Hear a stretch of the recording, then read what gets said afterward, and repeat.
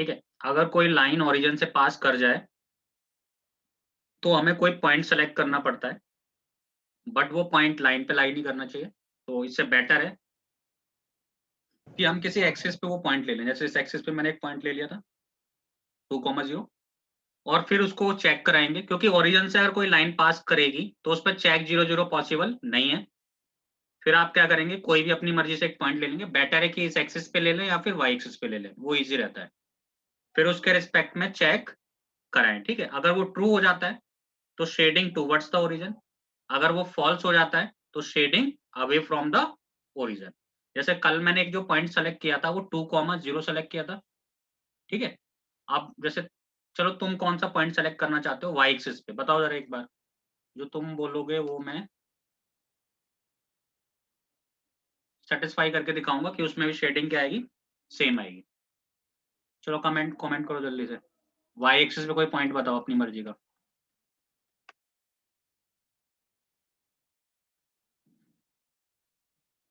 बताओ भाई जल्दी से, वाई एक्सिस पे कोई पॉइंट।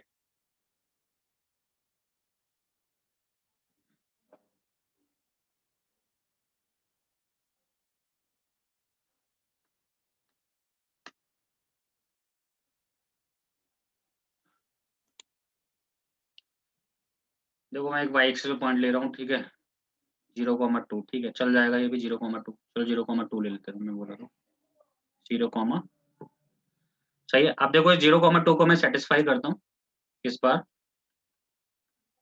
ये सेटिस्फाई करो, चेक कराओ, मतलब चेक 0,2। तो एक्स जगह 0 डालेंगे, वाई की जगह 2 डालेंगे। क्या 2 ग्रेटर देन 0 है? यस ट्रू है कंडीशन, है ना। कंडीशन क्या है? ट्रू। अब ध्यान से देखोगे पॉइंट के कहाँ पे है भाई, ये रहा पॉइंट, यही है ना पॉइंट।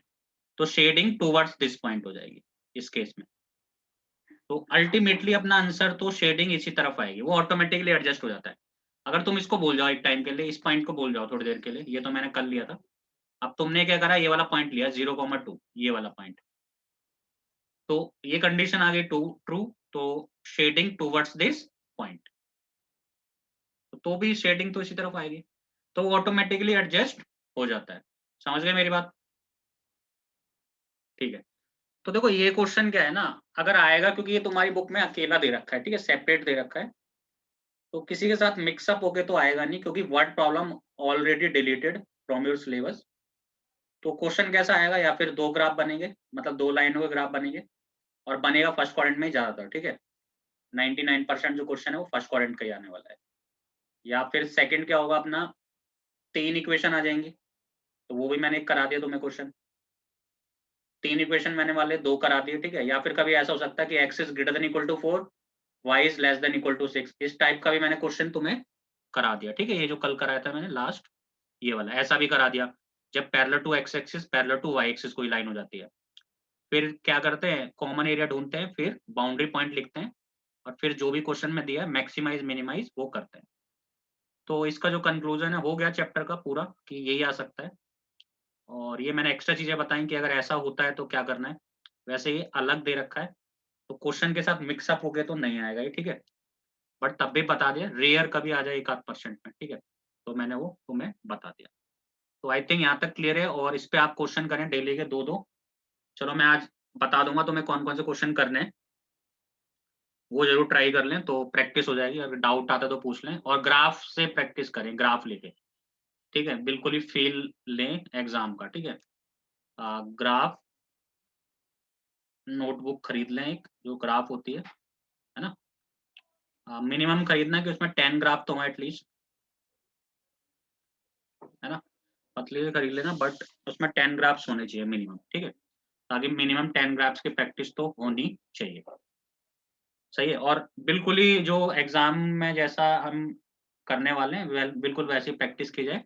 तो अगर तुम ग्राफ पे प्रैक्टिस करोगे तो तुम्हें अभी से हैबिट पड़ेगी।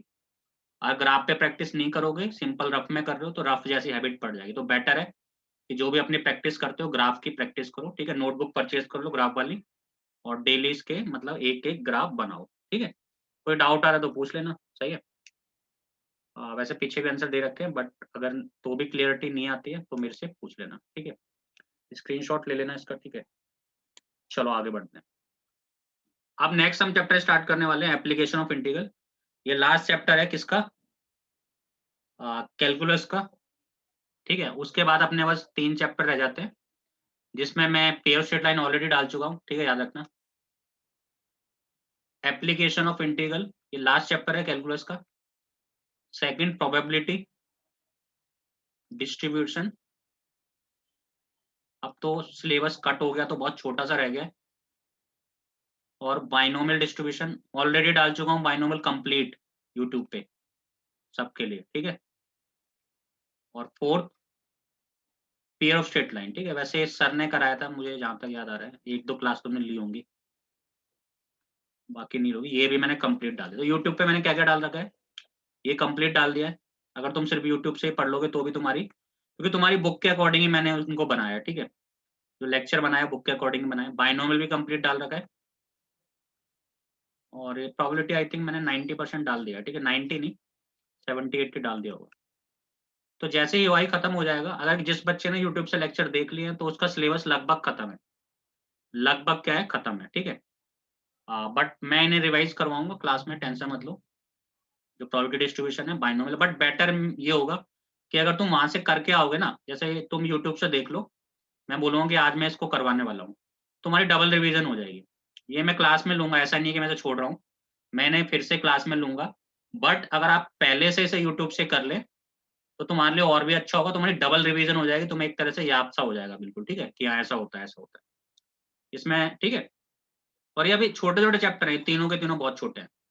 पेयर स्ट्रेट लाइन थोड़ा सा बड़ा है इन दोनों के अकॉर्डिंग, बाकी छोटे हैं। तो अब लास्ट चैप्टर AOI है किसका, कैलकुलस का लास्ट है। ठीक है, वैसे लास्ट नहीं है।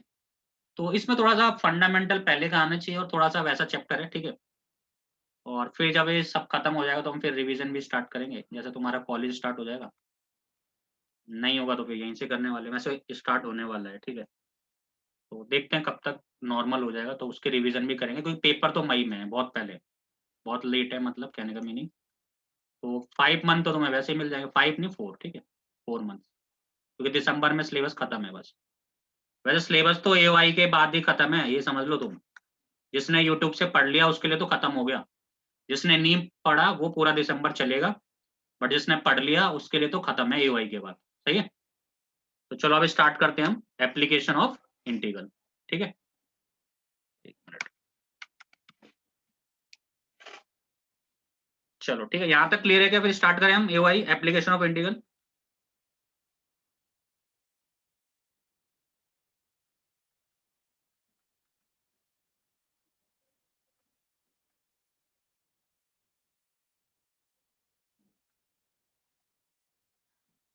ये डेफिनेट इंटीग्रल के बाद का चैप्टर है, एप्लीकेशन ऑफ इंटीग्रल। थोड़ा सा इसमें कंसेप्ट 11th का भी यूज होता है। 11th का आपको कॉनिक सेक्शन आना चाहिए। ठीक है, जिसमें पैराबोला है, बस ड्रॉ करना आना चाहिए और कुछ नहीं ज्यादा। एलिप्स है और हाइपरबोला है और सर्कल का बेसिक प्लस स्ट्रेट लाइन का बेसिक, बस ड्रॉ करना आना चाहिए। क्योंकि पूरा ग्राफिकल चैप्टर है, पहले तो ग्राफ बनाना है फिर एरिया फाइंड करना है, तो इसमें डबल काम होने वाला है। ठीक है, एरिया फाइंड करना तो ज्यादा बड़ी बात नहीं है, इंटीग्रेशन का फॉर्मूला यूज करना है, बट कैलकुलेशन तो है, कैलकुलेटिव तो है। ठीक है, बट इतना नहीं है, यस बट है। बट उससे पहले तो हमें ग्राफ ही ड्रॉ करना आना चाहिए। तो सबसे पहले मैं तुम्हें करा रहा हूँ फंडामेंटल्स, क्योंकि मुझे लगता नहीं है कि तुम्हें आते होंगे, तो पहले मैं ये क्लियर कर दे रहा हूँ फंडामेंटल्स। क्योंकि अगर जो ये फंडामेंटल याद रखेगा वो कमांड कर सकता है पूरे चैप्टर पे। ठीक है, और इससे एक ही क्वेश्चन आएगा, बस याद रखो, इस पूरे चैप्टर से एक क्वेश्चन आएगा। अब वो 3 में भी आ सकता है, 4 में भी आ सकता है, डिपेंड करता है। तो मिनिमम वेटेज मान के चलो इसका 3 मार्क्स है बस इस चैप्टर का, और मैक्सिमम कितना है, 4 तक जा सकता है। ठीक है, तो चलो फिर एक ही क्वेश्चन आएगा, एक से ज्यादा फालतू इसका क्वेश्चन आएगा नहीं। ठीक है, तो सबसे पहले पहला जो पॉइंट है वो है स्ट्रेट लाइन, स्ट्रेट लाइंस। तो देखो इसमें हमारा मोटिव है ग्राफ को ड्रॉ करना, चाहे वो स्ट्रेट लाइन हो, इलिप्स हो, हाइपरबोला हो, पैराबोला हो, सर्कल हो। तो हमारा मोटिव क्या है, इसका ग्राफ ड्रॉ करना है। तो सबसे पहली चीज आप याद रखेंगे, अगर स्ट्रेट लाइन है, ठीक है, तो सबसे पहले एक नोट डालेंगे, ये बहुत इंपॉर्टेंट नोट है। To draw a straight line, we require at least 2 points. ये इंपॉर्टेंट है। अगर आपको कभी भी एक स्ट्रेट लाइन को ड्रॉ करना है तो मिनिमम 2 पॉइंट की रिक्वायरमेंट होगी, जैसे हमने एलपीपी में भी ड्रॉ किया था स्ट्रेट लाइन को। ठीक है, कितने पॉइंट की रिक्वायरमेंट होगी? 2 पॉइंट की रिक्वायरमेंट होगी। पहला एग्जांपल हम लेते हैं। ठीक है, y equal to X plus one, ये एक स्ट्रेट लाइन है। y equal to X plus one क्या है? स्ट्रेट लाइन है। तो इसको ड्रॉ करने के लिए हमें कितने पॉइंट की रिक्वायरमेंट होगी? मिनिमम 2 पॉइंट की। कितने की? 2 पॉइंट की।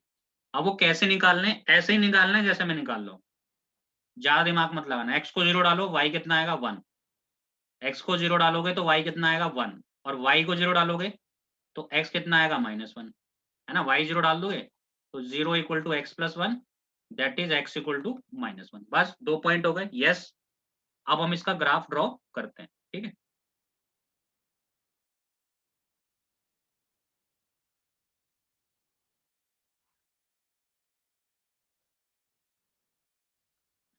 तो देखो, अब इसमें ज्यादा मैं स्केल की वो ज्यादा मैटर नहीं करता इस वाले चैप्टर में। ठीक है, थोड़ा सा आइडिया लेके बना लूंगे कि ये x का 0 है, यहाँ के मान लो x का 1 है, यहाँ 2 है। वैसे मेरे को 0,1 चाहिए, और यहाँ x का -1 है, यहाँ y का 1 है, यहाँ y का -1 है। तो देखो ध्यान से, x का 0 y का 1, ये रहा।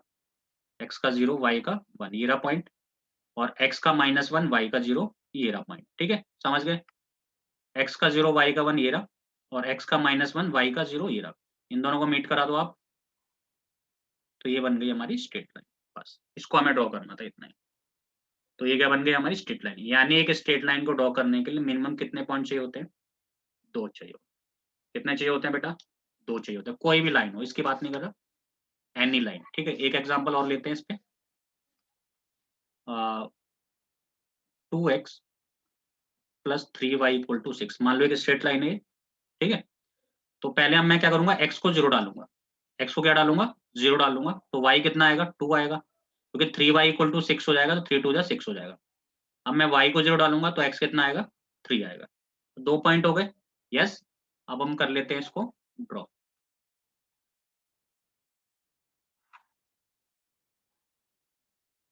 तो x का 0 y का 2, मान लेते हैं 2 यहाँ पे गई है ना, एग्जाम्पल के लिए मान लो, क्या फर्क पड़ता है, रफ डायग्राम बनाना है। x का 3 y का 0 मान लेते हैं यहाँ कहीं आएगा, x का 3 y का 0। बस अब इनको मीट करा दें आप, तो ये बन गई एक स्ट्रेट। ठीक है, तो इतना आई थिंक सबको क्लियर हो गया होगा कि स्ट्रेट लाइन को बनाने के लिए मिनिमम कितने पॉइंट चाहिए होते हैं? 2।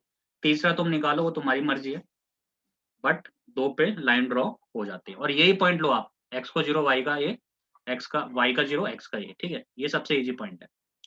अच्छा, तो पहला पॉइंट हमारा कंप्लीट हुआ, स्ट्रेट लाइन वाला। अब आते हैं हम नेक्स्ट नोट पे। ठीक है, अब नेक्स्ट नोट क्या कहता है? ठीक है, मैंने बोला कि एक स्ट्रेट लाइन को ड्रॉ करने के लिए 2 पॉइंट चाहिए होते हैं मिनिमम। बट अगर आपकी लाइन ऐसी है, if y equal to mx form की लाइन है। किस फॉर्म की लाइन है? y equal to mx form. ठीक है,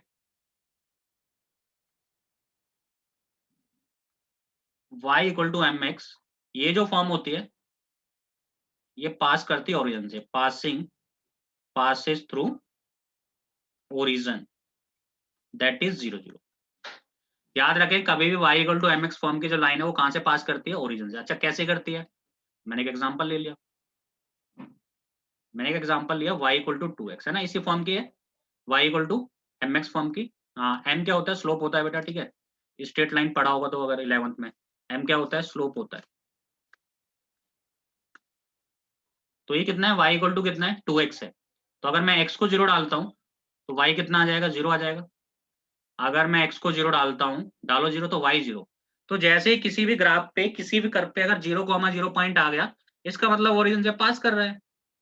इसका मतलब कहां से पास कर रहा है? ओरिजिन से पास कर रहा है। तो यही मैं बताना चाहता हूँ कि अगर y equal to mx form कोई लाइन है तो वो 0 से पास कर रही है। एक एग्जांपल और लिया मैंने, y इक्वल टू मान लो मैंने ले लिया -3x ले लिया।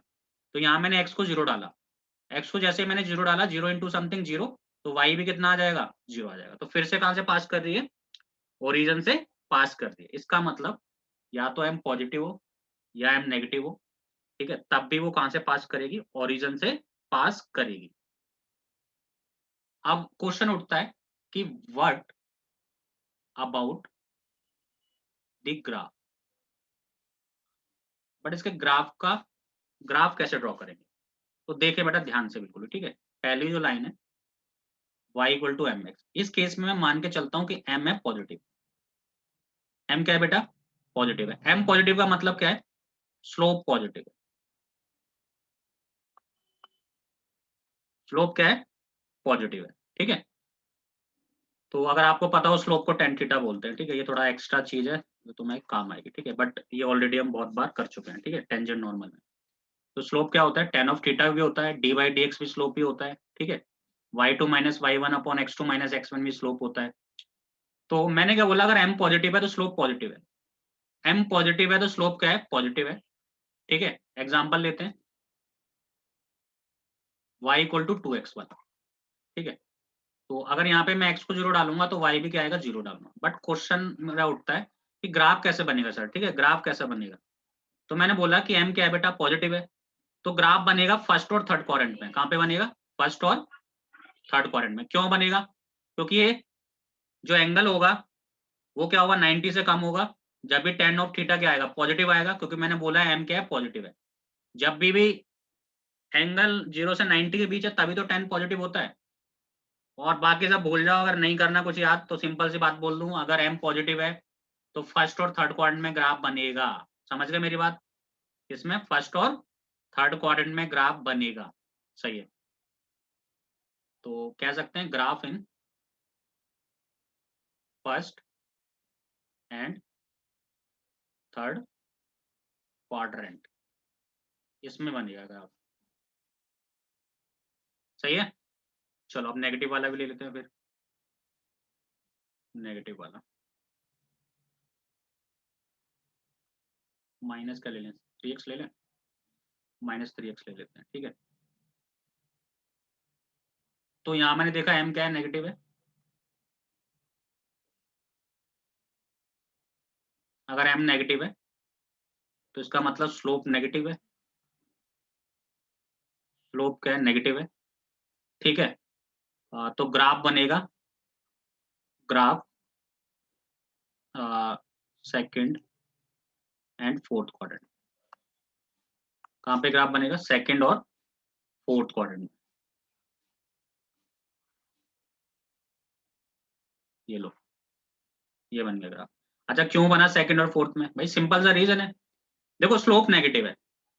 स्लोप क्या है? नेगेटिव है। स्लोप का मतलब क्या होता है? Tan theta. टेन थीटा का है? नेगेटिव है। तो टेन नेगेटिव कब होता है? सेकंड क्वाड्रेंट में नेगेटिव होता है।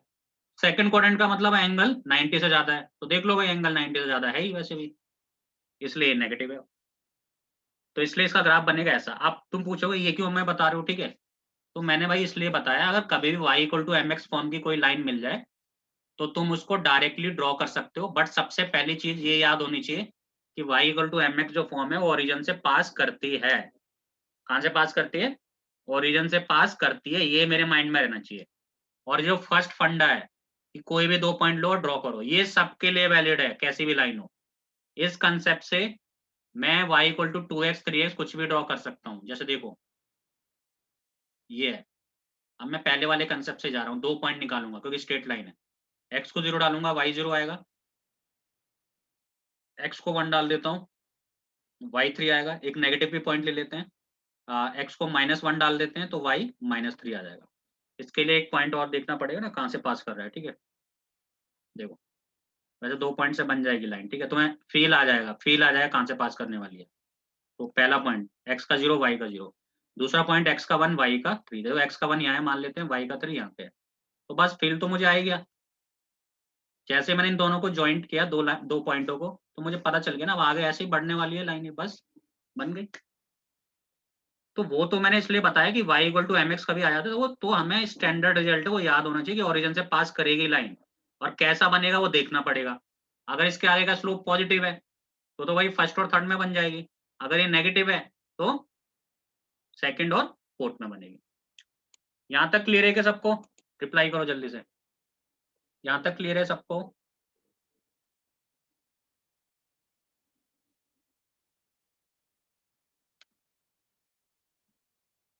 ठीक है, और ये 3 बच्चे चले गए हैं। वाह, ठीक है, चलो आगे बढ़ते हैं। y equal to 3x। अब आते हैं नेक्स्ट पॉइंट पे अपने, पॉइंट नंबर 2। वो तो पहला स्ट्रेट लाइन था, दूसरा है जो अपना है वो है पैराबोला।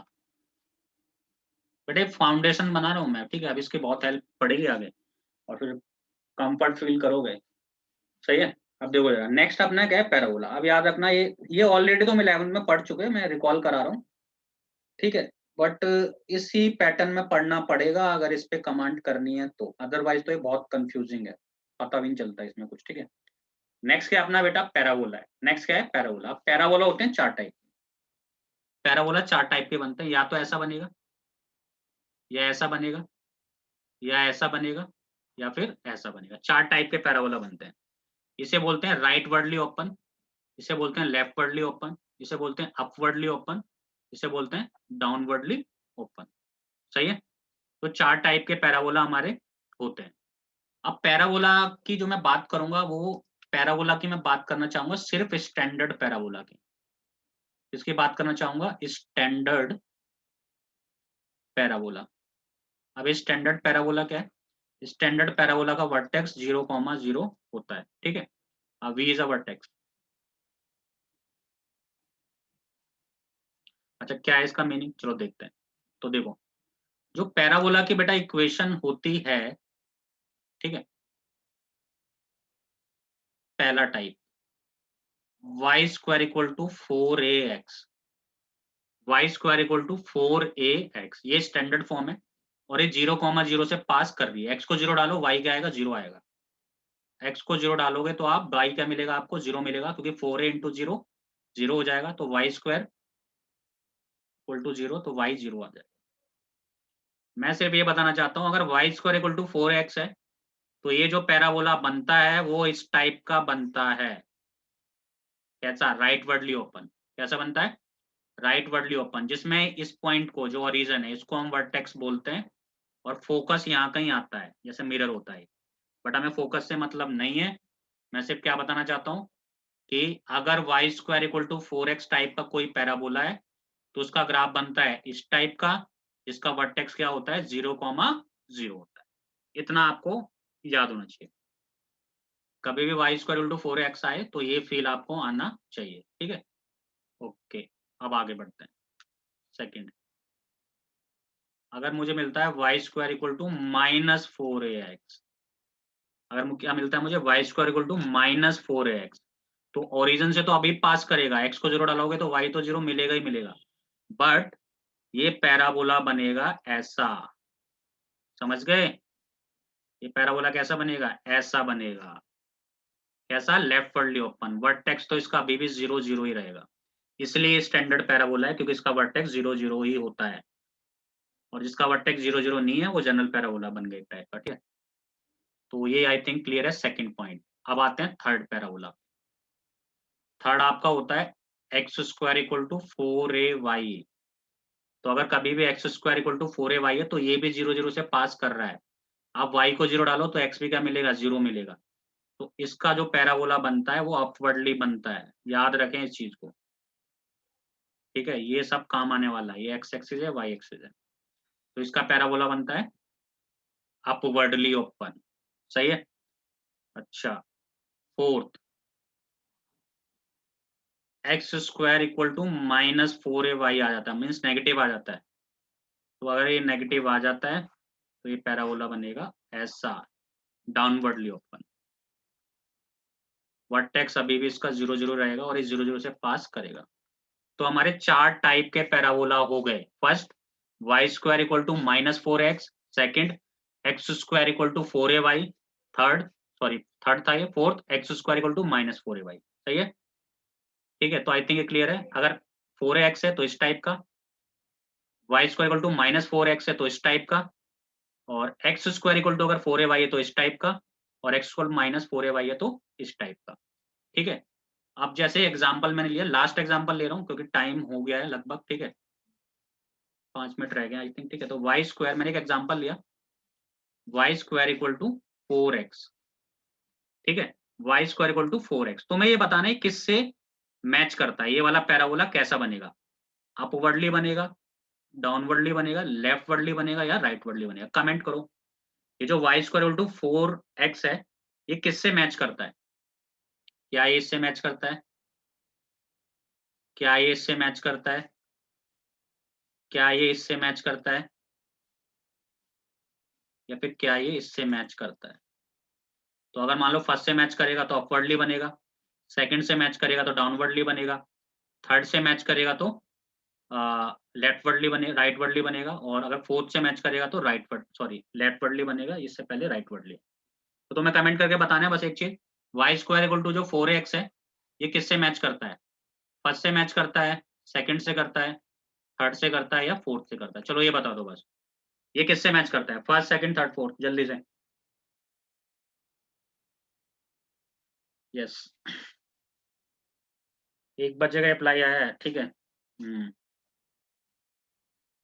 तो ये फर्स्ट से मैच करता है, किससे मैच करता है बेटा, ये फर्स्ट से मैच करता है। तो अगर ये फर्स्ट से मैच करता है तो इसका ग्राफ बनेगा ये वाला, अपवर्डली ओपन। कैसा बनेगा, अपवर्डली ओपन, सही है। चलो अब तुम्हारे सामने 3 में पैराबोला लिख रहा हूँ, तुम्हें कमेंट करके बस बताना है, लास्ट क्वेश्चन है आज का, फिर हम इसे कल करेंगे। ये किस किस से मैच करेगा, बस ये बताना है, फर्स्ट सेकंड थर्ड फोर्थ, ऐसा डालना है, सेकंड करेगा इससे मैच, थर्ड करेगा इससे मैच।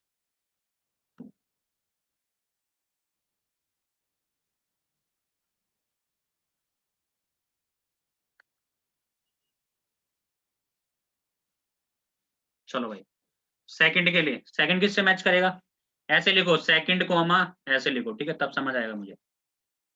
फर्स्ट थर्ड से मैच करे, ऐसे क्या है, ये समझ नहीं आ रहा मेरे को, ठीक है। ऐसे लिखो सेकंड, फिर उसके आगे लिखो कि वो किससे मैच करेगा। चलो मैं सेकंड के लिए तुमसे पूछता हूँ, सेकंड के लिए कमेंट करो जल्दी से, सेकंड किससे मैच करेगा, बताओ। हाँ, थर्ड से मैच करेगा, सेकंड थर्ड से मैच करेगा, यस, सेकंड थर्ड से मैच करेगा, सेकंड थर्ड से मैच करेगा, थर्ड किससे मैच करेगा, थर्ड किससे मैच करेगा,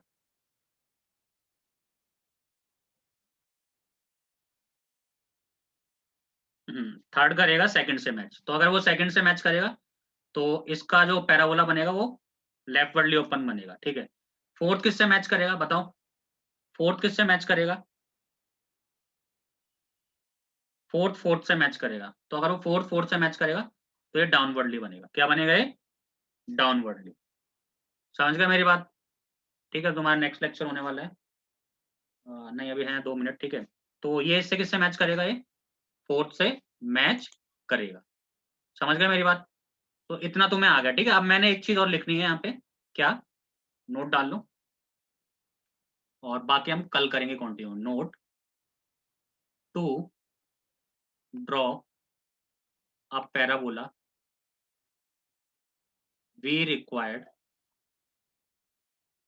एट लीस्ट 3 पॉइंट्स।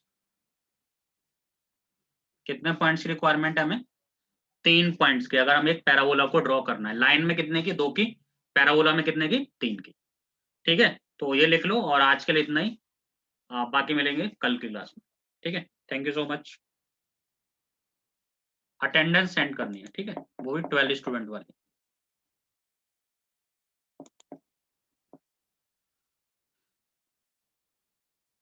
ठीक है। Now you can leave.